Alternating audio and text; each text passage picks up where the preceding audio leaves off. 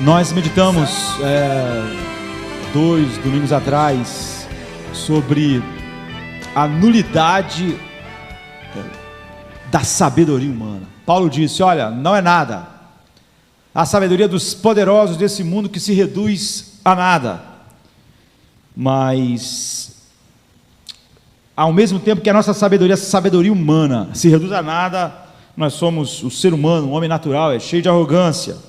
E nós gostamos de definir as coisas, gostamos de definir até Deus. E nós gostamos de definir palavras. E nós definimos as palavras depois, nós definimos as palavras baseadas nas nossas ideias, ou em nós mesmos como modelos, depois tentamos impingi-las a Deus. Ou então falamos, isso não pode estar em Deus porque isso é assim, mas foi nós que decidimos o que aquilo queria dizer. Então Deus é Pai, mas você não pode moldar a ideia de pai no ser humano para depois dizer, ó, Deus é pai, mas o pai é Deus que diz para nós o que é ser pai, não são os pais da terra que dizem o que Deus é. Nós definimos o que é amor e depois queremos que aquilo se encaixe em Deus. Ou então nós definimos uma palavra como ira e aí definimos que aquilo não pode estar em Deus, porque nós olhamos para a ira como nós, homens pecadores, expressamos ira, que é pecaminoso. Ou então nós definimos o amor como nós expressamos o amor, que na maioria das vezes é pecaminoso também. E aí depois nós tentamos impingir isso a Deus. Nós criamos ideias fora da Bíblia, desqualificamos essas ideias e depois colocamos as nossas próprias ideias na Bíblia. E isso tem sido feito constantemente durante muito tempo, e as pessoas dizem assim, olha, o importante não nós nos apegarmos a doutrinas, mas é exatamente por essa ignorância, e fazermos isso com as palavras, e com as doutrinas, que nós estamos na situação que estamos em nossos dias. Hoje de tarde eu estava pensando numa história, que todos nós já lemos, ou já ouvimos, eu já li algumas vezes. Então eu estava pensando em Helena, Helena foi uma mulher única na história. Um príncipe roubou Helena. Ele roubou Helena do seu marido e por causa disso talvez a guerra mais famosa da história aconteceu, a guerra de Troia. Paris roubou Helena. Helena devia ser linda, porque a história diz que por causa dela, milhares de navios foram lançados no oceano.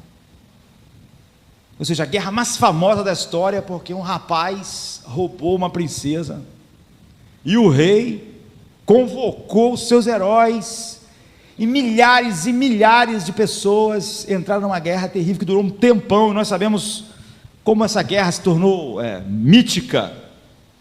E os expedicionários gregos levaram um monte de navios.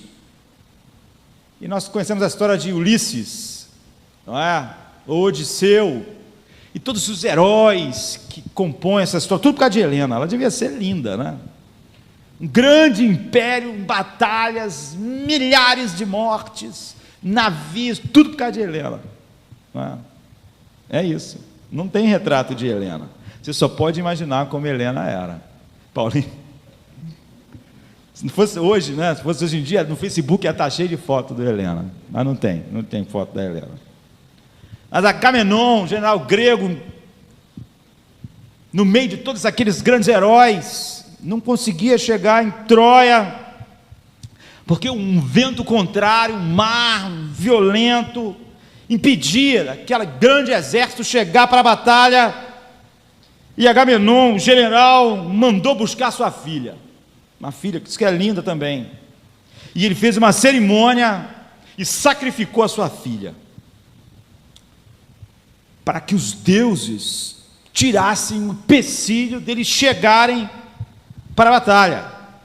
E a ação, segundo Homero, deu resultado, porque o vento cessou de soprar e a frota chegou a Troia sem dificuldades, para a grande guerra. E essa história acontece 1000 anos antes de Cristo. E ela reflete a ideia de propiciação que a religião pagã tem.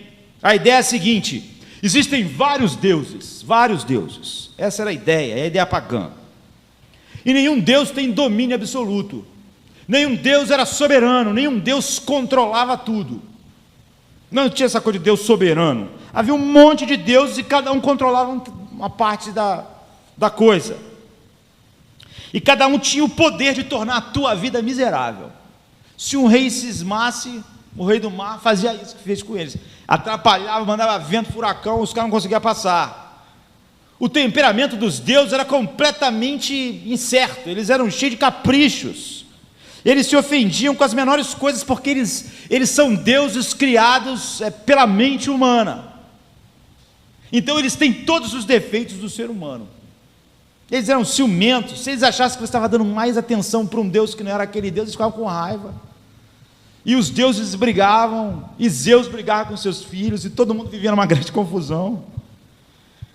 E se você desse mais atenção a um Deus, o outro Deus ficava, então você tinha que ficar apaziguando esse monte de Deus, cheio de defeitos, orgulho, caprichos, mimados.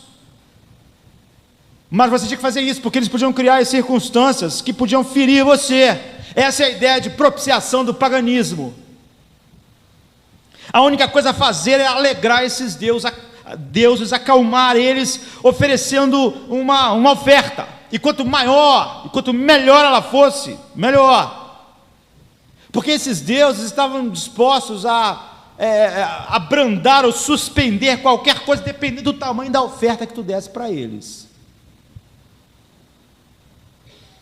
Eles eram cruéis, e seus corações não se importavam com nada a respeito do que é bom e mal. A questão era o que eles queriam. Agora, eles estavam em vantagem, eles eram deuses e aquelas pessoas não eram deuses. Então, o jeito era, apesar de eles serem caprichosos, maus, fazer. Agamenon pensou: eu chego lá para guerrear, a gente vai morrer aqui, esses milhares, a gente não vai conseguir recuperar a Helena nunca. Então, vamos fazer um sacrifício bem difícil. Eu vou mandar pegar minha filha que eu amo e vou sacrificar. Então, era sábio se inclinar ao inevitável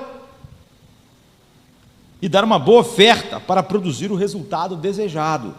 O sacrifício humano, então, em particular, era o mais dispendioso e eficiente dos sacrifícios, porque custava muito. Assim, a religião pagã aparece com o duro mercantilismo, em como negociar com os deuses e manipular Deus. Eu sei que isso parece um pouco com parte do evangelho que é pregado em nossos dias, mas não é nosso interesse hoje falar sobre isso. Ou seja, eles usavam de suborno. Essa é a ideia pagã. E quando você vê isso naquilo que as pessoas dizem ser evangelho hoje, saiba que isso nada mais é do que paganismo. A ideia de suborno, negociar, manipular Deus com sacrifício é velho. Isso estava lá desde o princípio. Então, de acordo com a propiciação no paganismo, aplacar a ira desses deuses regularmente era uma condição essencial para a vida. Tinha Deus da plantação, da chuva, do mar, da guerra. Você estava numa situação que eles se desentendiam entre eles, estava no meio dessa guerra de egos, de deuses. Isso podia ser maçante, mas era uma necessidade. A Bíblia, porém, ela tira de imediato do mundo toda a ideia da religião pagã. Ela condena totalmente o paganismo como uma monstruosa distorção da verdade. E no lugar de um aglomerado de deuses, criados à imagem do homem, com todos os defeitos da natureza caída do homem, ou seja, a ira pecaminosa que o homem tem, o amor pecaminoso que o homem tem, os afetos descontrolados, todas essas coisas que o homem tem e que criou os deuses à semelhança deles. A Bíblia destrói tudo isso. Mas o que nós fazemos? Nós usamos deuses humanos para desqualificar o Deus verdadeiro. Sabe, esses deuses se comportavam como artistas de cinema, ou astros do rock, cheio de caprichos. Já viu esse pessoal que vem fazer show e fala assim: eu quero 300 toalhas brancas. Agora, para que um ser humano precisa de 300 toalhas brancas? É capricho. é só porque ele ouviu dizer que o outro pediu 200 toalhas brancas. Ele não pode ficar para trás. Aí se não tivesse 200, 300 toalhas brancas, ele não vai. A Bíblia apresenta um Criador que não tem nada a ver com deuses caprichosos, pecaminosos, maus. Apresenta um único Deus verdadeiro, em quem toda bondade encontra origem. Ele é a personificação de tudo que é santo e odeia tudo que é mal. Tudo que é contrário a Deus é mal e abominável. Um Deus que não tem um gênio mau, um Deus que é santo, que não conhece o que é pecado, não conhece nada a respeito de nenhum sentimento pecaminoso, de nenhum desejo pecaminoso, um Deus em que não há um gênio mau, um Deus onde não há caprichos, um Deus onde não há vaidade, um Deus onde não há má vontade. Ele é um Deus santo e perfeito. Não há orgulho, um Deus que é capaz de dizer, vinde a mim, porque o meu coração, eu sou manso e humilde de coração, mesmo quando andou no mundo, sendo maltratado. Então, podia se esperar que a ideia de propiciação, para muitos não estivesse na Bíblia, ou se estivesse, as pessoas moldam a propiciação nos deuses pagãos, e depois tentam desqualificar o Deus da Bíblia. Mas não é isso que nós vemos. A Bíblia está cheia da ideia de propiciação. E propiciação quer dizer um sacrifício para aplacar a ira de Deus. Propiciação. Por isso que é péssimo nós falarmos, não gosto de, não conheço doutrinas, nem definições de palavras. É péssimo, porque pessoas assim perdem a verdade do Evangelho.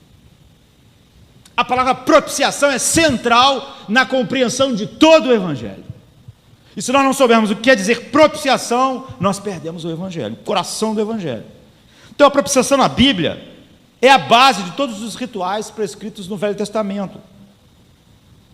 É a expiação pela transgressão, como no dia do sacrifício, como está em Levítico 4, 1 a 6, 7, depois Levítico 16, de 1 a 34, e é expressa também na narrativa de Números 16, 41 a 50, onde Deus ameaça destruir o povo pela rebelião de Coré, em seu julgamento sobre aquela rebelião. Deus diz assim: e Moisés disse a Arão: pegue o seu incensário e põe incenso nele com fogo tirado do altar, e vá depressa até a comunidade para fazer propiciação por eles, porque saiu grande ira da parte do Senhor, e a praga começou. Arão fez propiciação por eles, e a praga cessou. Propiciação, porque é uma grande ira. Propiciação quer dizer um sacrifício que aplaque a ira de Deus. No Novo Testamento, a palavra propiciação está lá dando base a tudo que é fundamental, em 4 passagens de importância sublime. A primeira é a clássica declaração de Paulo sobre a lógica da justificação. A justificação, a doutrina da justificação, é a doutrina pela qual, por exemplo, Lutero diz: uma igreja está de pé ou cai. Se uma igreja não compreende a doutrina da justificação, é uma igreja que não é igreja de fato. E se um ser humano não compreende isso, ele pode dizer que o que ele quiser sobre ser evangélico, cristão, ele não conhece o Evangelho. A ideia clássica da declaração de Paulo sobre a base lógica da justificação dos pecadores por Deus, o texto está em Romanos 3, de 21 a 26, diz assim: mas agora se manifestou uma justiça que provém de Deus, justiça de Deus mediante a fé em Jesus Cristo para todos e sobre todos os que creem. Não há distinção, porque todos pecaram e estão destituídos da glória de Deus, sendo justificados gratuitamente. Qual é a base da justificação de todos aqueles que estão destituídos da glória de Deus e merecem a morte, a perdição eterna? Sendo justificados gratuitamente por sua graça, por meio da redenção que há em Cristo Jesus. Graça e redenção, é assim que o homem é justificado. Como? Deus o ofereceu como um sacrifício para a propiciação, é a palavra, mediante a fé pelo seu sangue, demonstrando a sua justiça. Em sua tolerância havia deixado impunes os pecados anteriormente cometidos, mas no presente demonstrou a sua justiça, a fim de ser justo e justificador daquele que tem fé em Jesus. Deus o ofereceu Cristo como um sacrifício para a propiciação, um sacrifício que aplaque a ira de Deus. A segunda passagem está em Hebreus, é a base lógica da encarnação de Cristo, ou seja, a propiciação que fala sobre a ira de Deus, e o sacrifício que aplaque a ira de Deus, é a base lógica da justificação pela fé. Mas ela também é a base da encarnação de Cristo. Não há nenhuma razão para o Natal sem a propiciação, ou seja, a ideia por trás do Natal é a ira de Deus e um sacrifício que aplaque a ira de Deus. Então Hebreus 2,17 diz: por essa razão era necessário que ele se tornasse semelhante a seus irmãos, que ele nascesse no mundo, fosse um homem, em todos os aspectos, para se tornar sumo sacerdote, misericordioso e fiel com relação a Deus. Era necessário que ele se tornasse um homem, para quê? E fazer propiciação pelos pecados do povo. Jesus tinha que nascer por causa da propiciação. A justificação tem como base a propiciação. E a terceira passagem, João está explicando o ministério celestial de Cristo. E a Bíblia diz assim: se porém alguém pecar, temos um intercessor junto ao Pai, Jesus Cristo justo. Qual é a base pela qual Jesus está à direita do Pai e intercede por aqueles pelos quais ele morreu? Se porém alguém pecar, temos um intercessor junto ao Pai, Jesus Cristo justo. Ele é a propiciação pelos nossos pecados. Ou seja, ele é o sacrifício que aplaca a ira de Deus sobre nós. E a quarta, a definição de amor. Se você fosse definir amor, o mundo se fosse definir amor, a gente... Mas mesmo as pessoas na igreja, se forem definir amor, elas pegam a ira de Deus, põem no lugar e... Mas a definição bíblica da passagem que as pessoas mais usam sobre amor, tem como base a propiciação, o sacrifício que aplaca a ira de Deus. É isso que mostra o amor de Deus. Então a Bíblia diz assim, 1 João 4, 8-10, Deus é amor. Todo mundo conhece esse versículo. Talvez esse versículo seja o mais conhecido, todo mundo gosta de dizer, Deus é amor. João diz, Deus é amor. Foi assim que Deus manifestou. Deus é amor como? Qual é a explicação do amor de Deus? Muitas pessoas dizem assim, não fale sobre a ira de Deus, fale sobre o amor. João está fazendo isso. Deus é amor. Foi assim que Deus manifestou o seu amor entre nós. Qual é a maior explicação do amor de Deus? Ele enviou o seu Filho unigênito ao mundo, para que pudéssemos viver por Ele. Nisto consiste o amor de Deus. Ele não só disse que Deus é amor, ele está explicando o que é a base, como nós podemos ver a grandeza do amor de Deus. Deus é amor, e foi assim que Deus manifestou o seu amor entre nós, enviou o seu Filho unigênito ao mundo, para que pudéssemos viver por meio dele. Esse é o texto mais usado, Deus é amor. E ele continua, nisto consiste o amor, não em que nós tenhamos amado Deus, mas em que Ele nos amou e enviou o seu Filho como propiciação. Enviou o seu Filho para ser um sacrifício que aplacasse a sua ira. João diz, essa é a evidência, é isso que expressa que Deus é amor, é que Ele estava irado, e Ele mandou o seu Filho como um sacrifício para propiciação. Ou seja, você não tem como definir Deus é amor sem a ira de Deus, porque João diz, nisto consiste o amor, em que Ele enviou o seu Filho como uma propiciação, como um sacrifício de propiciação, ou seja, o sacrifício que aplaca a ira de Deus. A definição do texto mais usado sobre Deus e amor tem como base a ira infinita de Deus contra o pecado que estava sobre o homem. E João diz, nisto consiste o amor de Deus. Ele estava irado, e está irado contra todo o pecado, mas o seu Filho é uma propiciação, um sacrifício que aplaca a ira. Então a palavra propiciação tem um lugar central no cristianismo. Agora, tem no seu? Um sacrifício que aplaca a ira tem um lugar central no cristianismo dos nossos dias? Nós sequer podemos ouvir falar em ira. Quando as pessoas falam, está vendo lá, 1 João 4 diz, Deus é amor, elas sequer leram o texto adequadamente. A palavra propiciação tem que ter um lugar central, na fé contida no Novo Testamento, ela é central.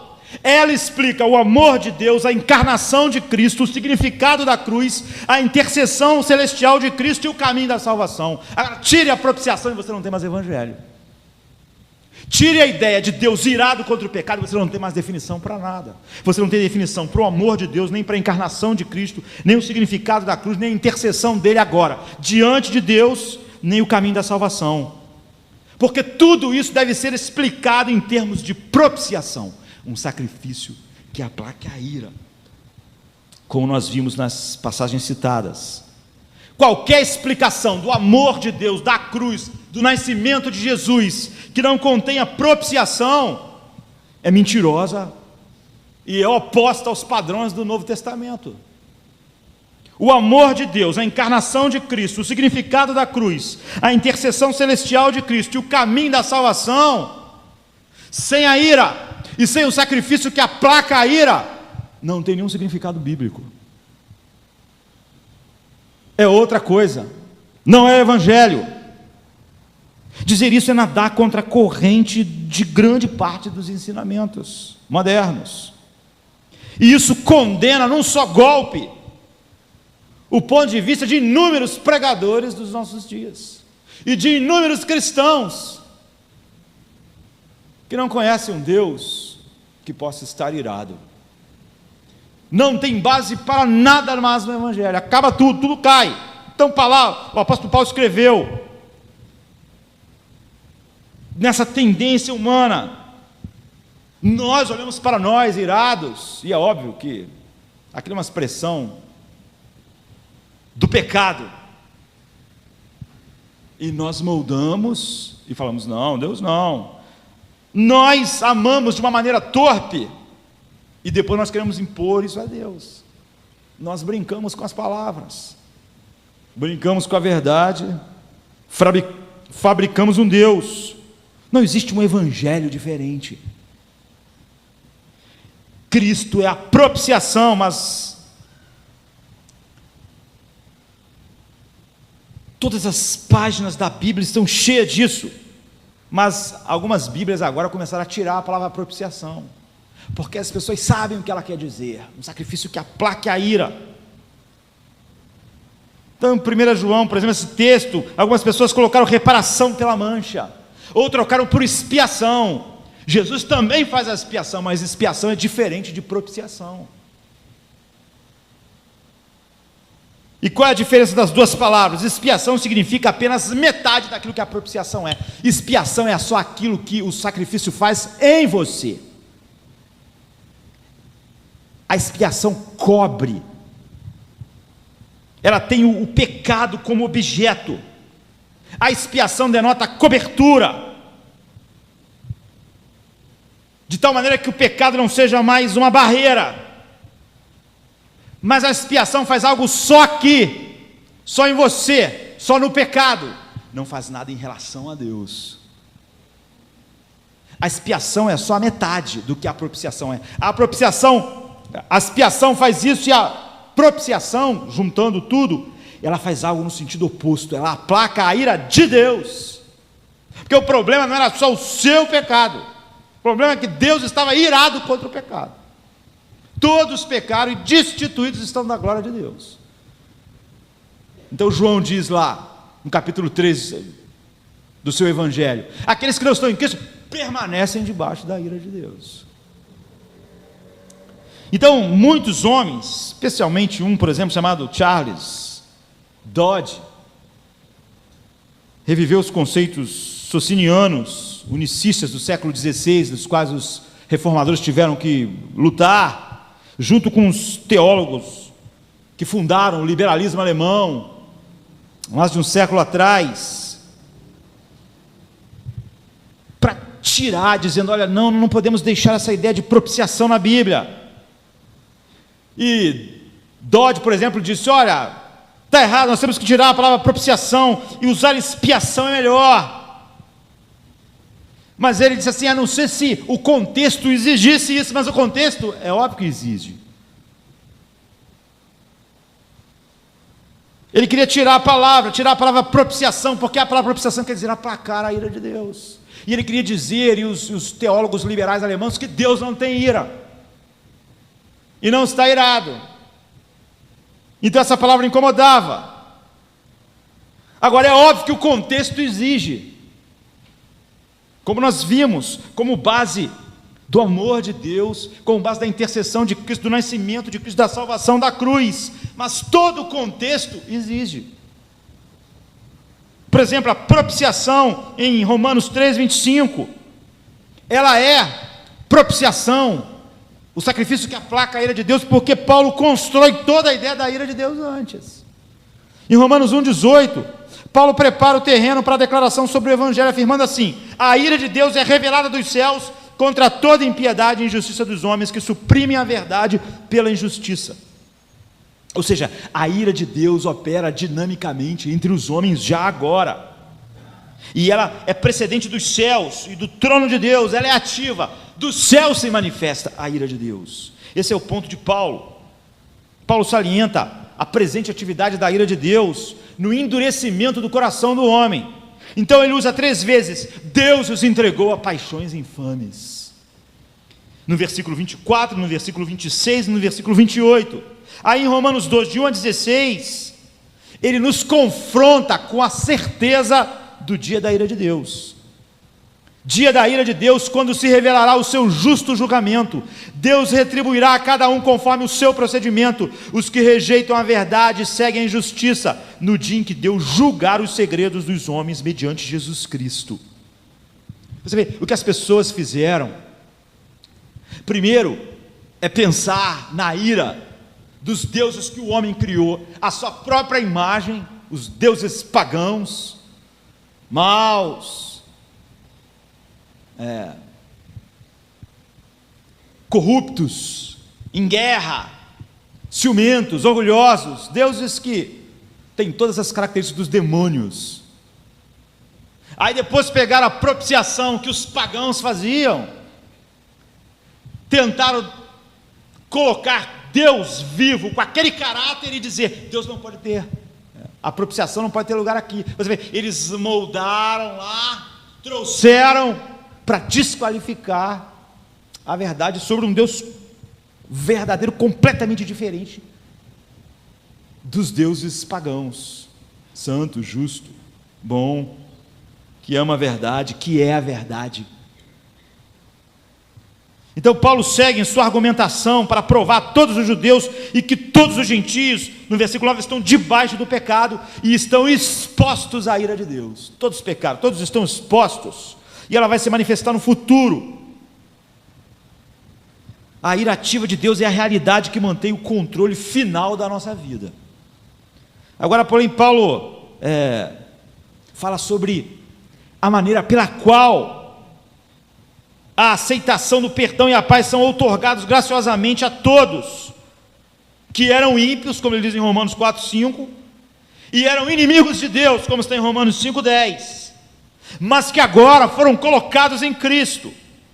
Então ele diz: a quem Deus propôs como propiciação pelo sangue de Cristo. Os cristãos sabem que nós fomos justificados por seu sangue, muito mais ainda por meio dele. Romanos 5:9, seremos salvos da ira de Deus.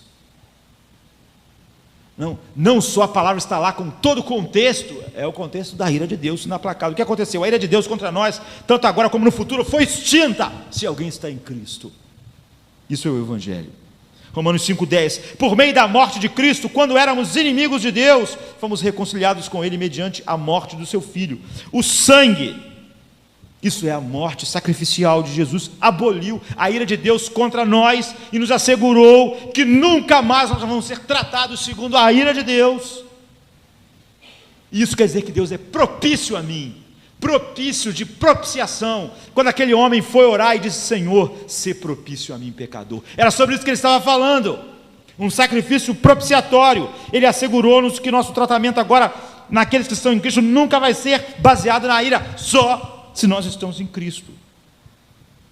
que agora, em vez de ele ser contra nós, Deus é por nós. É por isso que Paulo diz: se Deus é por nós, quem será contra nós?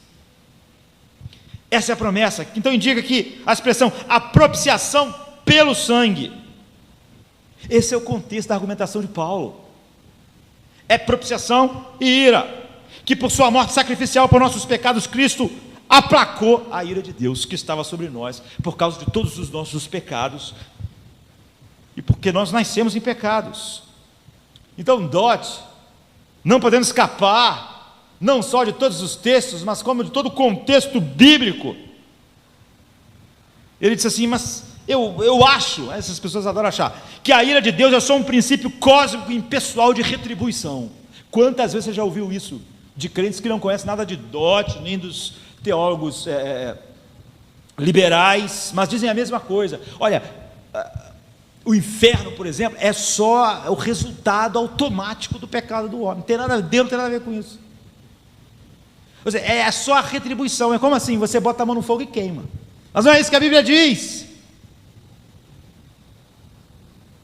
Ele diz: é só um princípio cósmico e impessoal de retribuição. Ou seja, não existe ira em Deus. Em outras palavras, a ira de Deus é um processo exterior à vontade do próprio Deus. Deus não tem nada a ver com isso. Essas pessoas se dizem cristãs, mas elas deviam ir embora, rasgar a Bíblia e escrever outro troço. A grande tragédia do cristianismo é que as pessoas não fazem isso. Elas podiam fazer. Se um homem tem um coração que nunca foi transformado pelo Evangelho, ele devia parar de falar sobre o Evangelho. Mas ele prega outro Evangelho. É por isso que Paulo teve que dizer: se alguém vos anunciar um outro Evangelho, mesmo que seja um anjo do céu, vocês não acreditem. Porque haverá pessoas que, em vez de abandonar o Evangelho e criar uma nova religião, eles vão querer pregar outro Evangelho, mas dizendo que ainda é o Evangelho. Mas é uma tentativa pífia. É a ira de Deus. O inferno, é óbvio que é a consequência do pecado, mas não é a consequência do pecado como quando alguém pisa num caco de vidro.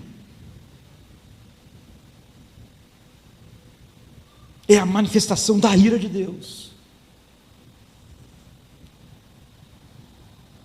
Então, se referir ao termo ira simplesmente como uma descrição inevitável de um processo causado, um processo moral do universo causado, sei lá por quem, é despir Deus de ser um ser pessoal. Você vê, João explica Deus e amor com base num sacrifício que aplaca a ira de Deus. Então deixa Deus ser amor. Amor é uma coisa fora de Deus, que não tem nada a ver com Deus. Se você faz coisa boa, uma coisa que a gente imagina ser amor acontece contigo. A ira de Deus é tão pessoal e potente quanto o seu amor na Bíblia. De tal maneira que João, para explicar Deus e amor, diz: nisto consiste o amor de Deus, que a sua ira estava sobre nós, mas ele colocou o seu filho como um sacrifício de propiciação para aplacar a ira de Deus, a sua própria ira sobre nós. Então o derramamento do sangue do Senhor Jesus foi a manifestação frontal do amor de Deus. O amor de Deus, a base maior para você entender o amor de Deus, está relacionado com a ira de Deus e o sacrifício propiciatório. Essa é a realidade do Calvário. Agora você vê a diferença total. Não é a raiva caprichosa, arbitrária, geniosa, presunçosa de deuses pagãos. Não é também a raiva infantil do ser humano, caprichosa, pecaminosa, diabólica, egoísta, cheia de ressentimentos, cheia de malícia, que se encontra no ser humano. A ira de Deus é a expressão em função da santidade que exige que o pecado deve ser punido.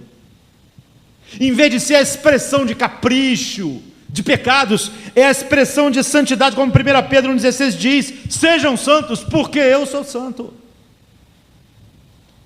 A justiça divina que se expressa nos atos do julgamento, como Hebreus 10:30, pois conhecemos aquele que disse: a mim pertence a vingança, eu retribuirei. A ira divina é a santa reação de Deus contra tudo aquilo que vai de encontro à sua santidade. Você vê, é a santidade, não é o defeito, não é o capricho, não é o orgulho, não é pecado. não é o que movia a mitologia grega, não é o que move a maldade do coração humano, é o oposto, é a expressão da bondade infinita que não pode ver o mal sem puni-lo, expressando-se por meio da manifestação positiva de um desprazer divino. A ira de Deus não é igual que você está irado num dia, mais ou menos irado no outro, não está irado, sabe? Depende do seu humor. A Bíblia diz: Deus é irado continuamente contra o pecado, nem um pouco mais, nem um pouco menos.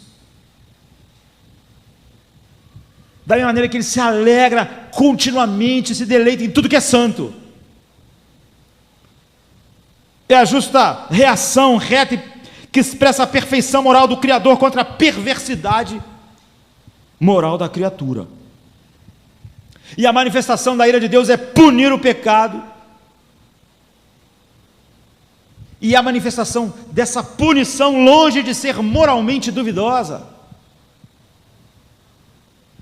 é o oposto. Se Deus não mostrasse a sua ira, se Ele entendesse o mal, se Ele pudesse contemplar o mal, Ele seria menos e não mais bom e santo. Não seria justo, não seria o justo juiz. Quando nos interessa, nós mesmos achamos que um juiz devia ser justo. Nada irrita mais do que ver o Lewandowski julgando o mensalão, porque é óbvio que ele queria livrar todo mundo. E nós achamos: como pode? É um juiz.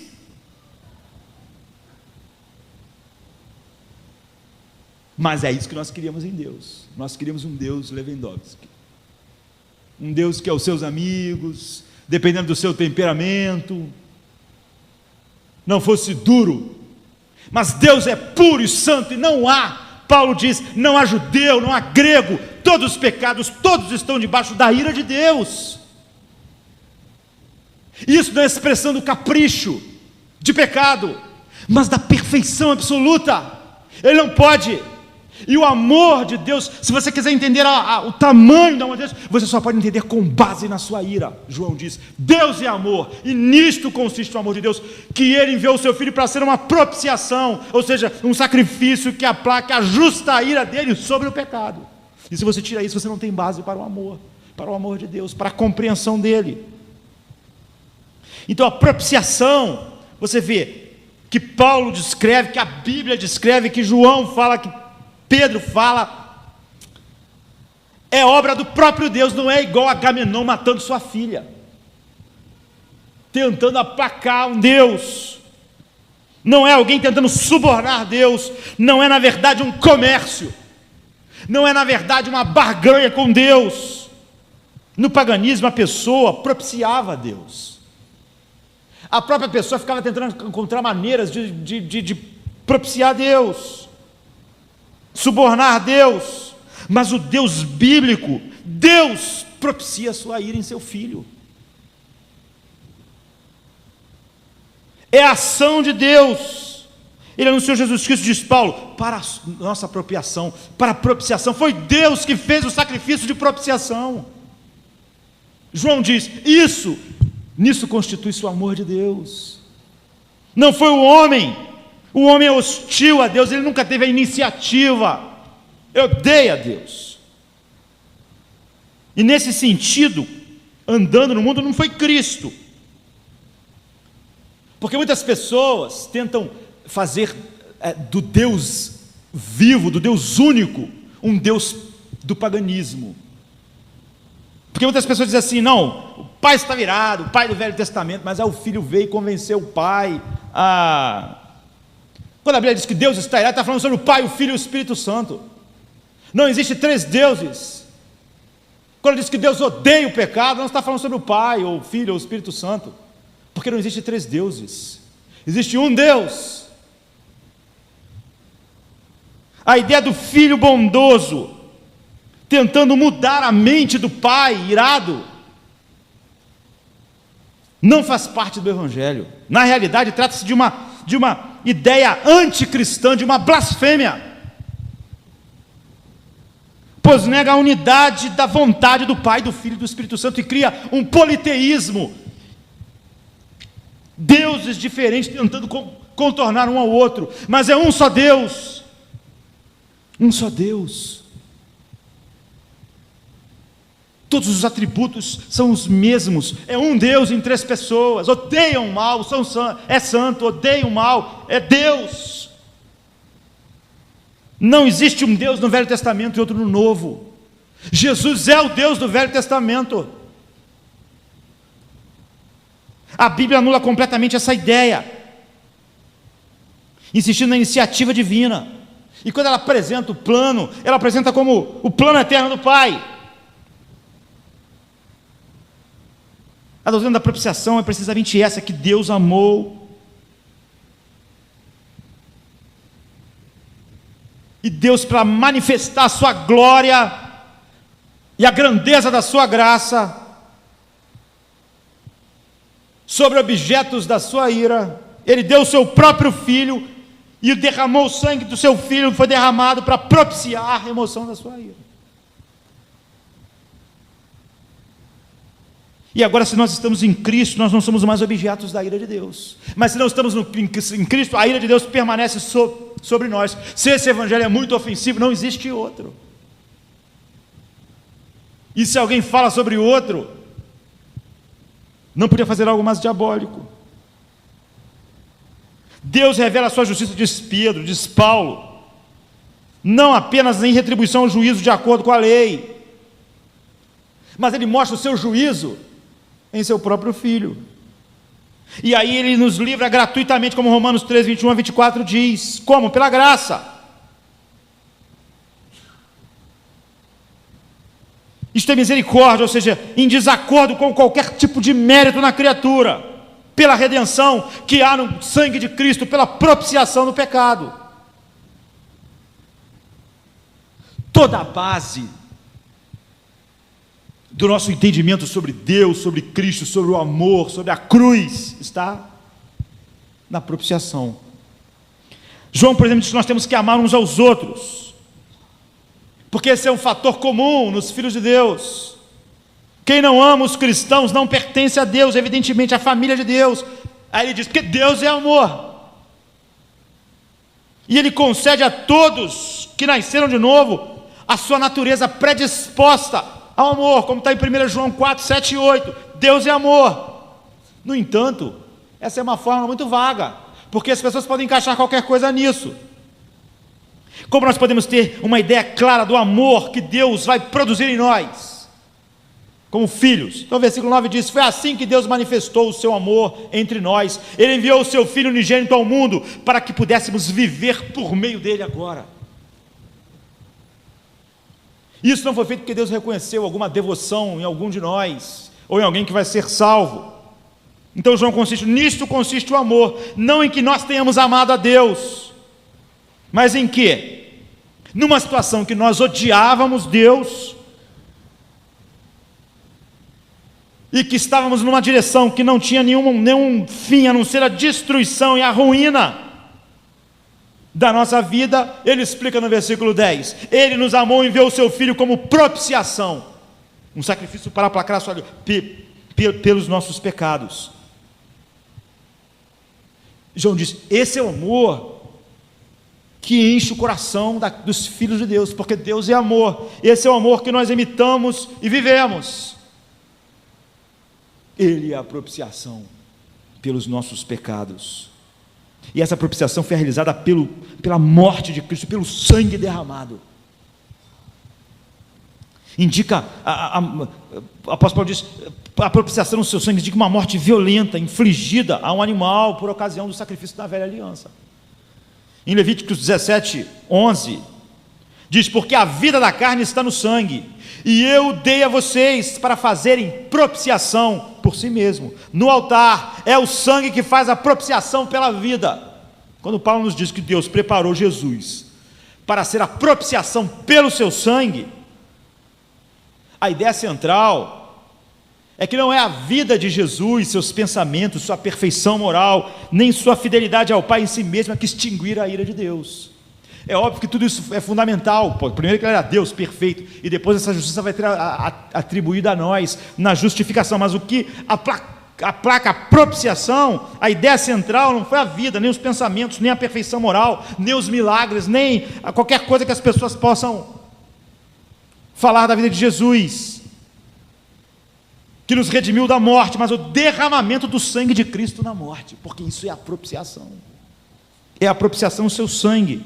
Paulo sempre aponta para a morte como a propiciação, o inocente tomando o lugar do pecado, porque Deus precisa ser justo e justificador.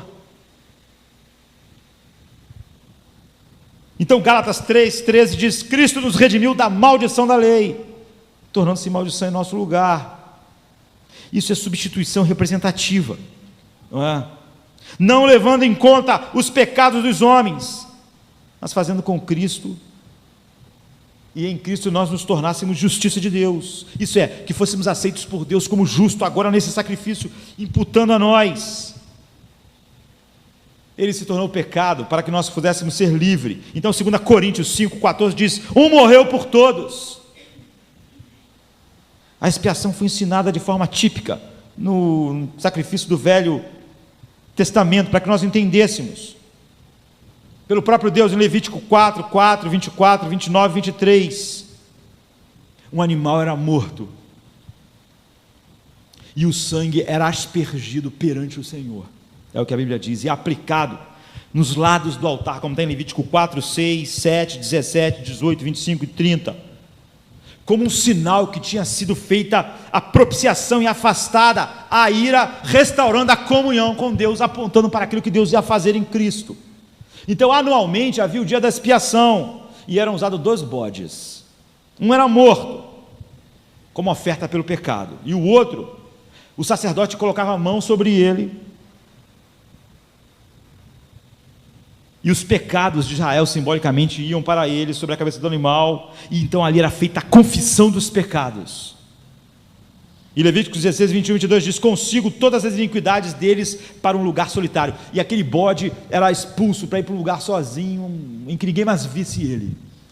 Então pense, um era morto, um era solto. O que era solto era uma lição daquilo que Deus estava fazendo. Ou seja, um bode era, depois que era colocado sobre ele, fazia a confissão de pecado, colocava a mão sobre ele, era expulso, ele sumia da vista de todo mundo, para explicar que era isso que o primeiro bode que foi morto, derramou o sangue, fazia. Tirava definitivamente da vista de Deus a ira sobre os pecados que foram propiciados. Esse era o bode expiatório. Sabe, o segundo bode, que era ir embora, explicava aquilo que Deus tinha feito.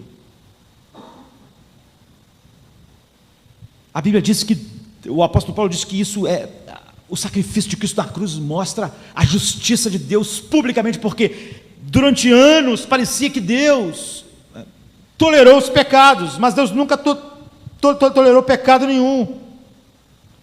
Deus foi paciente e esperou. Atos 14:17 diz: mostrou sua bondade, dando-lhe chuva do céu e colheitas no tempo certo, concedendo-lhe sustento com fartura e um coração cheio. Então, o apóstolo Paulo diz, isso podia parecer, podia dar a ideia de que Deus, estava simplesmente esquecendo os pecados. Mas não se enganem, é o que ele diz. Isso era só uma dilação do seu julgamento. Então Paulo fala sobre, em Romanos 2, 1 a 16, o dia da ira de Deus, quando se revelará o seu justo julgamento, vai revelar o caráter justo de Deus. E também o derramar diário judicial da ira de Deus, para mostrar que Deus nunca absolve o culpado, que Ele sempre pune. Nós vivemos uma geração que não acredita em punição. Então nós tentamos reescrever a verdade de Deus, e Paulo diz: e qual foi entregue por causa das nossas transgressões e ressuscitou por causa da nossa justificação. Assim a justiça de Deus, como um juiz santo e puro, foi manifestada na cruz, e será manifestada futuramente. Então, propiciação é uma palavra completamente ofensiva ao ser humano. Então, ela foi sendo substituída, abandonada, e ela deixou de ser a base da explicação como é a Bíblia, do amor de Deus, do nascimento de Cristo, da intercessão de Cristo diante do Pai. Mas todas essas coisas falam da ira de Deus e sua justiça reagindo contra a injustiça. É isso que exigiu todas essas coisas. Você entende isso? Esse é o coração do evangelho cristão. E você sabe o que significa um ser humano sem coração? Não existe. Tire um coração de alguém, não tem mais alguém. Esse é o coração do cristianismo. Esse é o problema de Deus, é o problema do homem. O pecado do homem provoca a ira de um Deus santo. E ele propôs um sacrifício e providenciou um sacrifício propiciatório para trazer paz no lugar da ira. Todos nós já ouvimos, nosso tempo está acabando, sobre o evangelho como uma resposta triunfante aos problemas humanos, aos problemas da sociedade, aos problemas dos relacionamentos. O homem está cheio de problema em relação a si mesmo, ele tem problemas no seu coração, fica angustiado, tem os problemas da alma, ele tem um problema com o seu próximo, então ele tem um problema com o seu ambiente, então a sociedade tem problema, e as pessoas dizem o evangelho, olha, ele é a resposta triunfante ao problema do homem, aos problemas do homem.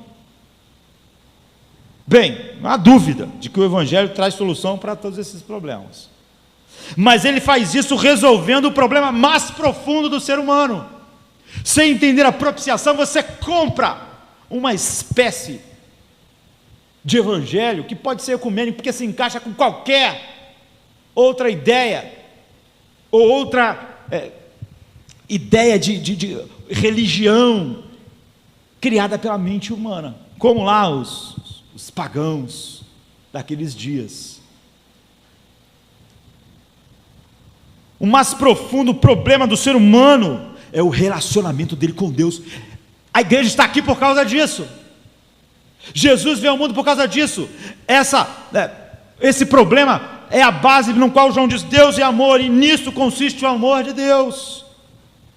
A menos que nós tornemos claro que a solução dos primeiros problemas depende da solução desse problema, nossa mensagem é um falso evangelho. A ideia de que o evangelho pode resolver o problema do homem, o problema da sociedade, o problema das pessoas, sem resolver o problema delas com Deus, é enganá-las, porque sobre elas permanece a ira de Deus, e não há solução para o problema humano. E aí você pode colocar, dá a mão, sei lá, cristão, budista, hindu, islâmico, porque todo mundo vai ter a mesma ideia. É o berço do ecumenismo, porque nós abandonamos o evangelho e a real necessidade do ser humano, no qual aqueles outros problemas não podem ser resolvidos, não vão ser resolvidos, porque meia verdade, apesar do evangelho tocar em todos os problemas humanos, é uma completa falsidade. O Novo Testamento não nega todos os problemas do ser humano: o medo, a covardia moral, a depravação moral, as doenças do corpo, as doenças da mente, a solidão, a insegurança, a desesperança, o desespero, a crueldade humana, o abuso do poder. Porém, do mesmo modo, ninguém que lê o Novo Testamento pode deixar de perceber que ele também resolve todos esses problemas de um outro modo. Não tem nada a ver com o que os homens propõem para resolver isso, e não resolve nunca. O Novo Testamento resolve esses problemas dentro do problema fundamental do pecado contra Deus. No Novo Testamento, o pecado não é, em primeiro lugar, um fracasso social, é rebelião, é desafio, é afastamento e, consequentemente, é a culpa diante do Criador e estar debaixo da sua ira. Essa é a definição.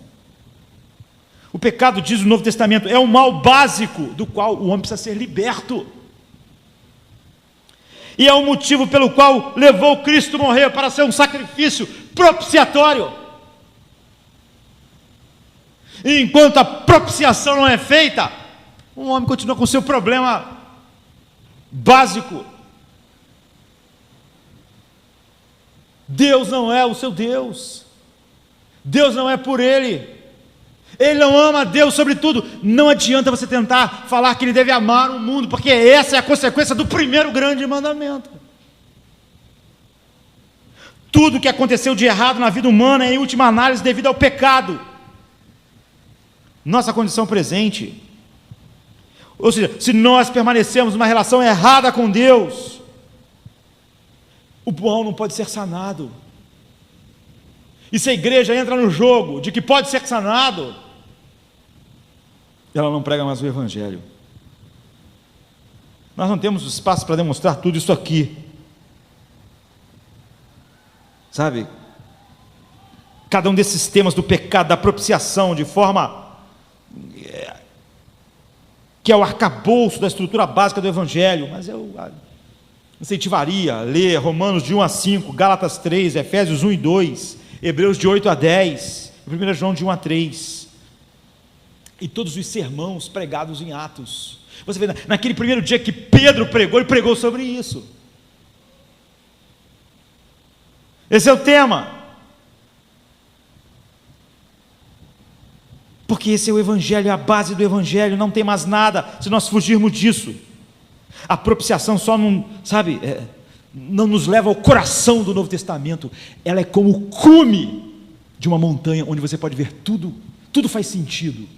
A partir da propiciação, tudo faz sentido. Sem a propiciação, nada na Bíblia faz sentido. Nada. A começar pela morte de Cristo e a maneira que ele reagiu à morte. Jesus parece conduzindo toda a sua vida em direção à morte. Ele existiu e viveu caminhando em direção à morte. Jesus era um homem de ação, um homem sempre em movimento, sempre mudando as situações, precipitando os acontecimentos, operando milagres, chamando os discípulos, ensinando, sabe, o que devia ser feito, como devia ser vivido para Deus, destruindo todo o erro da irreligião que passava como piedade, e finalmente caminhando sempre em direção à cruz, para a traição, para a condenação. A sensação que você tem é que ele controlava tudo, todo o tempo. E isso, quanto mais Jesus revelava de si mesmo, mais os discípulos ficavam confusos, porque ele era uma espécie de enigma para eles. Eles não entendiam, ele soava paradoxal. À medida que ele se aprofundava na convivência com eles, parecia que menos eles entendiam o que estava acontecendo, porque Jesus mostrava a sua autoridade e ao mesmo tempo falava da fraqueza com a qual ele caminhava em direção à morte. E quando foi perguntado, essa é a razão por que ele morreu, você é o Cristo, o Messias, o Rei Salvador, Deus, o Filho de Deus, ele disse, eu sou. Alguém cuja missão messiânica estava centralizada na sua morte, e não envia ao mundo falar para as pessoas sobre coisas boas e maravilhosas, ser um exemplo para todo mundo fazer o bem e ir embora. Então, o centro era a sua morte, ele era o Messias sofredor. Isso não podia encaixar direito na mente daquelas pessoas. Então ele diz assim, o Filho do Homem veio para dar a sua vida em resgate de muitos, como propiciação. Isto é o meu sangue da aliança, que é derramado em favor de muitos. No Getsemane, então, Jesus conduziu toda a sua vida em direção à morte. A Bíblia diz assim, ele começou a ficar aflito e angustiado, e lhes disse, a minha alma está profundamente triste, numa tristeza mortal. A propiciação é o coração do Evangelho, é como se você está na mais alta montanha, e você pode entender tudo sobre o Evangelho agora, inclusive a morte de Cristo. Essa cena aqui não pode ser entendida sem a propiciação, porque ele fez tudo, ele disse o tempo inteiro como nós devemos, como ele estava se direcionando para a morte. A Bíblia nos ensina a não ter medo da morte, mas aqui ele começou a ficar aflito e angustiado. Ele disse, a minha alma está profundamente triste, numa tristeza mortal. Você não tem como entender o Getsemane sem a propiciação. A sinceridade da oração, A Bíblia diz que Jesus se prostrou, a palavra que é usada não é colocar nem de pé nem de joelho, mas estava deitado, prostrado. Era um sinal da sua repulsa íntima, a desolação que ele estava contemplando, que estava chegando e que ia acontecer a ele. Nós nem podemos imaginar a tentação dele acabar a oração com um amém, em vez de dizer, quando ele orou, afasta de mim este cálice, com a tentação de acabar com essa oração com um amém, e não ir em frente como ele foi e disse, mas não seja o que eu quero, mas o que tu queres. E depois o clamor de Cristo na cruz, Deus meu, por que me abandonaste? Jesus deu um testemunho de que a escuridão que envolveu ele não era só externa, mas era interna, que a escuridão interior era semelhante à exterior. Como você pode explicar isso sem a propiciação? Ele falou o tempo todo sobre a sua necessidade de morrer, ele mostrou a convicção de que precisava morrer durante todo o seu ministério. Agora ele está agoniado diante da morte, ele está agoniado até a morte, ele soou o sangue, ele gritou assim, mas Estevão não morreu assim. Estevão não estava desesperado, Estevão não soou o sangue, os mártires morreram alegremente.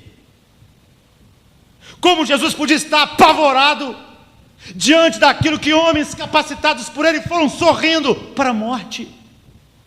Você não tem como entender o que está acontecendo sem a propiciação. É óbvio que há uma grande diferença entre a morte dos mártires de Estevão e a dele. Mesmo pagãos sem Deus não suaram sangue na hora de morrer. Sócrates bebeu a sua cicuta e morreu sem tremer. Um pagão. Agora Jesus está angustiado até a morte. Ele é o servo perfeito de Deus. Ele nunca manifestou medo de nada na vida. Ele nunca teve medo do homem, ele nunca teve medo da dor, ele nunca teve medo da perda, ele nunca teve medo do sofrimento, da fome, da necessidade. Mas no Getsemane ele parece estar em pânico. Na cruz ele disse, Deus, eu estou sozinho. Nenhum homem temeu tanto a morte como Jesus, é o que diz Martinho Lutero. Nenhum ser humano agiu diante da morte como ele agiu. O Evangelho em todo lugar diz, não tenham medo da morte. Jesus diz, não temam aquele que pode matar o corpo de vocês. Mas agora ele está angustiado, abalado, cheio de terror em sua alma por causa da morte. Você não tem como entender isso sem a propiciação. Isso aqui é uma loucura. Ele disse, não tenha medo de quem vai matar o corpo. Agora vão matar o corpo dele, ele está suando sangue. Mas Estevão não. Estava olhando para o céu, vendo Deus. Então Martinho Lutero disse, nenhum homem temeu tanto a morte como este no Getsemane. Os que veem a morte de Jesus como nada mais do que um trágico acidente de um homem bom que foi injustiçado, sem nenhuma diferença entre a morte dos outros homens que foram condenados injustamente e eram inocentes, não tem como explicar os acontecimentos da cruz, ou que antecederam a cruz. O único caminho é eles suporem que Jesus era mórbido, contraditório, e tinha mais medo da morte do que qualquer ser humano. Ele que tinha dito para as pessoas não temerem a morte. Sem a propiciação você não pode entender a Bíblia, você não pode entender o sacrifício, não pode entender o amor de Deus, não pode entender a intercessão de Cristo. Sem a propiciação você não pode entender Jesus. Ele passa a ser uma contradição. A morte se aproximava.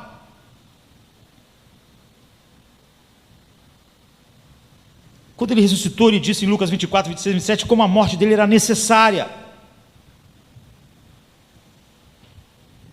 A única explicação para essa dor, essa agonia, é a propiciação. É por isso que Paulo diz, ele fez a propiciação em seu sangue. Um escritor disse assim, um teólogo importante, que essas experiências do temor, da morte, da deserção estejam ligadas ao fato que em sua morte, na sua agonia no jardim, mediante a qual ele aceitou a morte como um cálice da ira de Deus para beber, Jesus estava tomando sobre si o peso dos pecados daqueles que vão ser redimidos, consentindo em ser, como realmente foi, contudo, entre os transgressores, estar debaixo da ira de Deus. Então ele tremeu no jardim, não por causa da morte. É por isso que Estevão não precisava tremer. Estevão morreu debaixo da glória, da presença de Deus e do sorriso de Deus, não da sua ira. A força motriz na vida de Jesus foi a decisão. Filipenses 2,8. Ele foi obediente até a morte, morte de cruz. Então no Calvário ele provou a ira de Deus, essa era a agonia. Sem a propiciação você não pode entender nada. Pode só imaginar um homem bom que tentou fazer a bondade, estava sendo morto, estava apavorado com a morte. Mas por quê? Isaías 53, de 4 a 10 diz: nós o consideramos por Deus atingido e afligido. Ele foi afligido por Deus, aprove Deus moê-lo. Ele foi traspassado por causa das nossas transgressões, e o Senhor fez cair sobre ele a iniquidade de todos nós. Por causa da transgressão do meu povo, ele foi golpeado pela ira de Deus. Foi da vontade de Deus esmagá-lo e fazê-lo sofrer,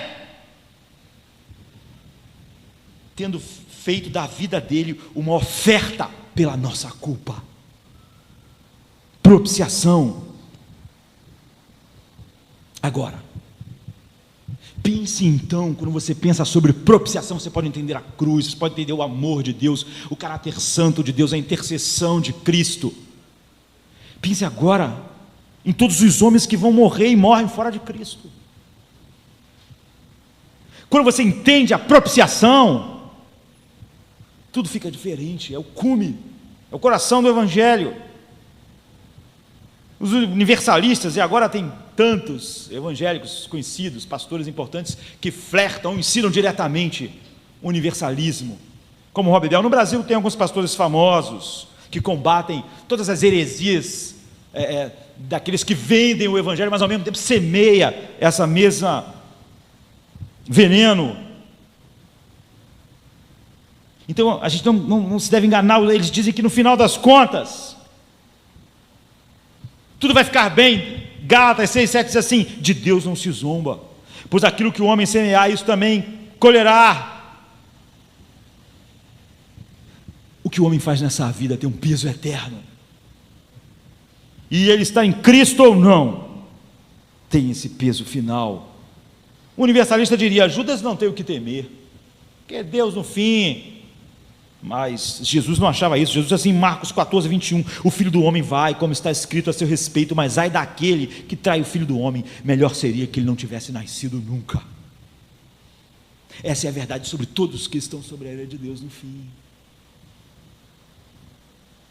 Se Jesus esperasse que no final tudo desse bem para Judas, o versículo não tem nenhum sentido. Jesus poderia dizer para Judas: olha, daqui a 3 anos você vai estar comigo no paraíso também, igual lá dentro, está tudo tranquilo. Nós não podemos entender mais nada sem a propiciação. O Evangelho acabou. Nós conhecemos pouco sobre o céu e sobre o inferno, e é bom que seja assim, porque se nós precisássemos entender mais sobre o céu e mais sobre o inferno, Deus falaria. Mas qual é a noção mais clara que nós temos do inferno? É a cruz. Na cruz, Deus julgou nossos pecados na pessoa do seu Filho. Ninguém experimentou o julgamento de Deus assim ainda.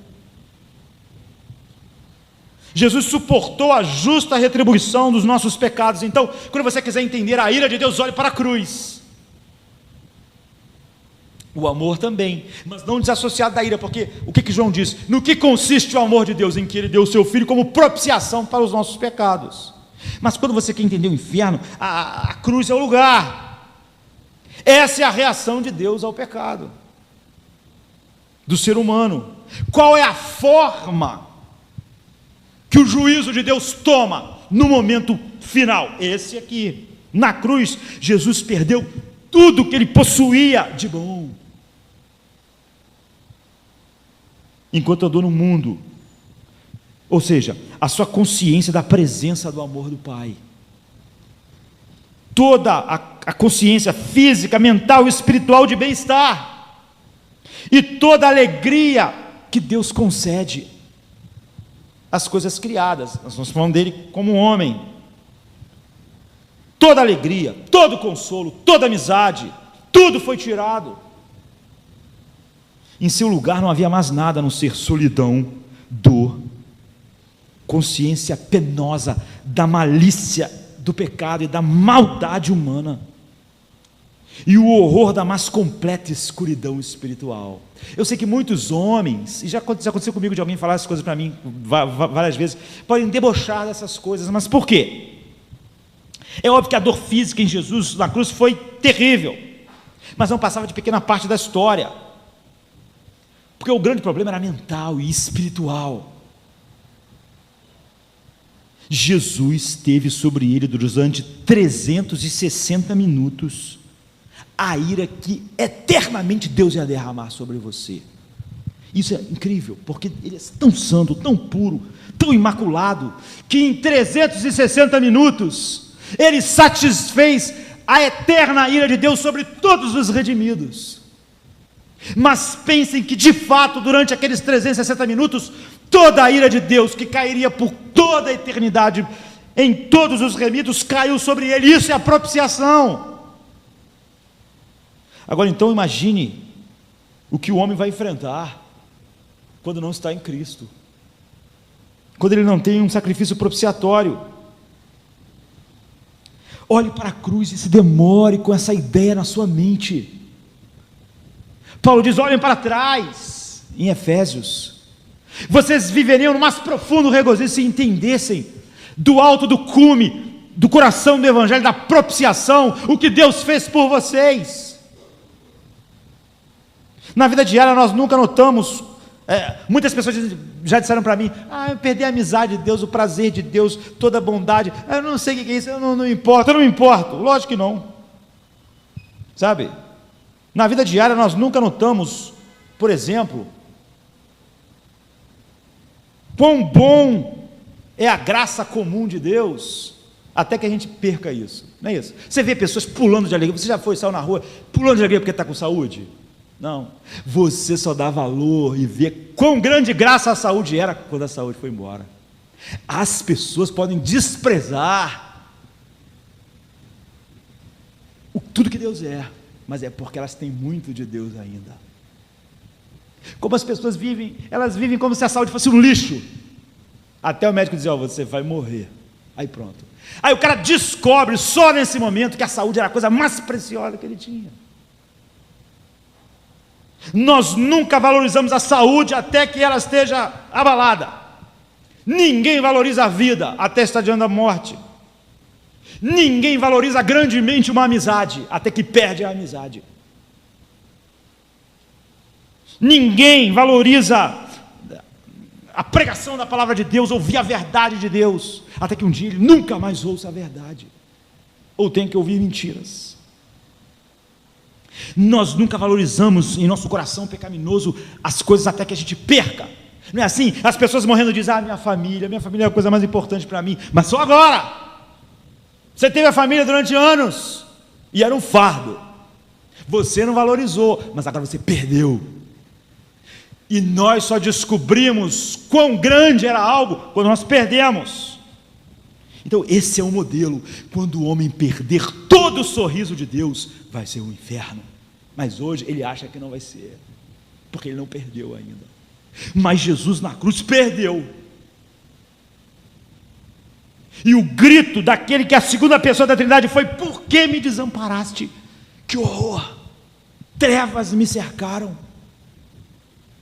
Que escuridão! O Calvário nos mostra que no julgamento final de Deus, nada daquilo que nós tenhamos dado valor,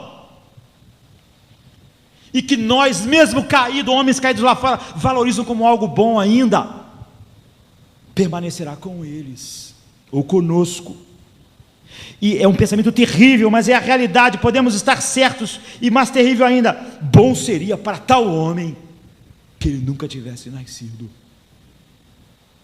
Ele só vai entender o que é perder completamente o sorriso da graça comum de Deus e ter a ira derramada completamente sobre ele quando isso acontecer. Como com as outras coisas que Deus dá, o homem só valoriza quando perde, um homem natural. Quando ele perde a saúde, aí a saúde era maravilhosa, mas antes você não achava. Hoje você despreza a Deus, mas quando você perder definitivamente Deus, aí então você vai ver que perdeu tudo de bom. E o nome disso vai ser o inferno. Que Deus nos ajude a aprender a lição, sabe, no espetáculo da propiciação, do que será o inferno. Paz. Você não pode entender paz sem propiciação. As pessoas falam sobre paz hoje, fazem passeata sobre a paz, falam sobre a paz. As pessoas na igreja às vezes interpretam a paz como se fosse essencialmente o sentimento de tranquilidade íntima, feliz e descuidada, brotando da certeza de que Deus vai nos proteger dos golpes duros da vida.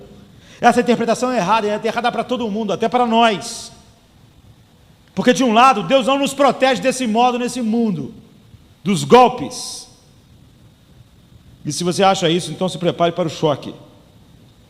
Por outro lado, essa ideia de paz não tem Deus em seu conceito. Outras pessoas pensam que paz é a graça que Deus nos dá para enfrentar nossa própria maldade, inconsistência do coração e poder viver com ela, e conseguir suportar as adversidades da vida. Mas isso ainda ignora a Deus como ingrediente básico da paz. Paz na Bíblia, sem a ideia da substituição, é o perdão e a aceitação da aliança e a adoção na família de Deus, onde a ira de Deus foi banida. Só esse homem tem paz. Não existe outra definição de paz. Entretanto, onde não há mudança no relacionamento com Deus, não há paz. É por isso que a Bíblia diz: justificados, pois, pela fé, temos paz. Sem isso não há paz. Não há projeto que vai gerar paz. Só quando você sair da hostilidade para a amizade, da ira para a plenitude do amor de Deus, da condenação para a justificação, é isso que o Evangelho fala. Essa é a paz que o Evangelho estabelece. Se nós falarmos sobre outro tipo de paz, saiba, o mundo definiu uma paz que não tem nada a ver com Deus e que não é paz nenhuma. A paz de Deus é primordialmente paz com Deus, com Deus. E a situação na qual Deus, em lugar de estar contra nós, está a favor de nós. Porque se Deus estiver contra nós e você tiver uma ideia de paz, você é completamente louco. Porque se o Deus do universo está irado comigo, a última coisa que eu devia ter sensação de paz, porque essa paz só pode ser enganosa. Paz quando não há paz. É a situação mais desesperadora. E uma das tristes ironias dos teólogos liberais introduziram no Evangelho, se espalhou no Evangelho, é que quando você tira as categorias da ira, da culpa, da condenação, da inimizade contra Deus, você tirou toda a base para o Evangelho fazer sentido. E ainda assim, se apega a um Evangelho que pode mudar alguma coisa. Quando Jesus apareceu aos discípulos, ele disse: Pai seja convosco, depois da sua morte. E a Bíblia diz: tendo dito isso, mostrou-lhe as mãos e os lados. João 20, 19 e 20. Por que ele fez isso? Não apenas para estabelecer a sua identidade, mas aquelas marcas da propiciação, paz. Aquilo que era só uma promessa do que ia acontecer, aconteceu. Paz no meu sangue. Ele é o Cordeiro de Deus que tira o pecado do mundo. Isso é paz. O amor de Deus. Efésios 13, 18 e 19, Paulo fala sobre nós conhecermos o amor de Deus. E todo o contexto do apóstolo Paulo em Efésios é a propiciação no sangue de Cristo. E por fim, a glória de Deus. João 13, 31 diz: agora o Filho do Homem é glorificado e Deus é glorificado nele. Filho do homem, ele está dizendo, eu sou o Messias, aquele sobre o qual Isaías 53 disse que vai ser moído, vai cair sobre mim a ira. Vocês veem a glória de Deus nisso, a sua sabedoria, o seu poder, a sua justiça, a sua verdade, o seu amor que se manifesta. Deus é amor. Nisto constitui o amor de Deus. Não em que nós o tenhamos amado, mas que Ele entregou seu Filho como um sacrifício de propiciação, que aplacasse a sua ira sobre nós. Essa é a definição bíblica. Para o amor de Deus, para o nascimento de Cristo, para a intercessão de Cristo por nós, para a cruz. Sem a propiciação, você não tem evangelho. O que quer dizer? Que a maior parte do que tem dito hoje não é evangelho, e nós temos pouco evangelho na nossa geração. Grande parte de nós não conhece, baniu, quando usa até o texto de João, Deus é amor, não lê mais 2 versos até a propiciação. Se lê até a propiciação, não sabe o que ela quer dizer. Se souber o que ela quer dizer, não concorda com o que ela está dizendo. Mesmo assim, finge que acredita na Bíblia e continua afirmando o versículo 8, dizendo Deus é amor. Tira toda a base daquilo que João está dizendo e continua com o versículo dele, roubando completamente a verdade da Bíblia. A propiciação, então, é o cume pelo qual nós entendemos tudo. Entendemos a agonia de Cristo na cruz. Sem ela, não temos nada. E se alguém está fora da propiciação de Cristo, a única coisa que pode ser dita sobre esse homem não é que ele pode realmente construir algo bom, e que ele pode construir uma paz e viver. A única coisa que pode ser dita sobre um homem que não está debaixo do sacrifício propiciatório era melhor que esse homem não tivesse nascido. Foi isso que Jesus disse. E essa é a realidade de todo homem fora de Cristo. Aqui, do cume da propiciação, nós podemos olhar para a cruz e ter a melhor visão do inferno que nós podemos ter. E olhamos e vemos o amor de Deus tão somente com base em que Ele fez uma propiciação para aqueles que Ele há de salvar. Vamos ficar de pé.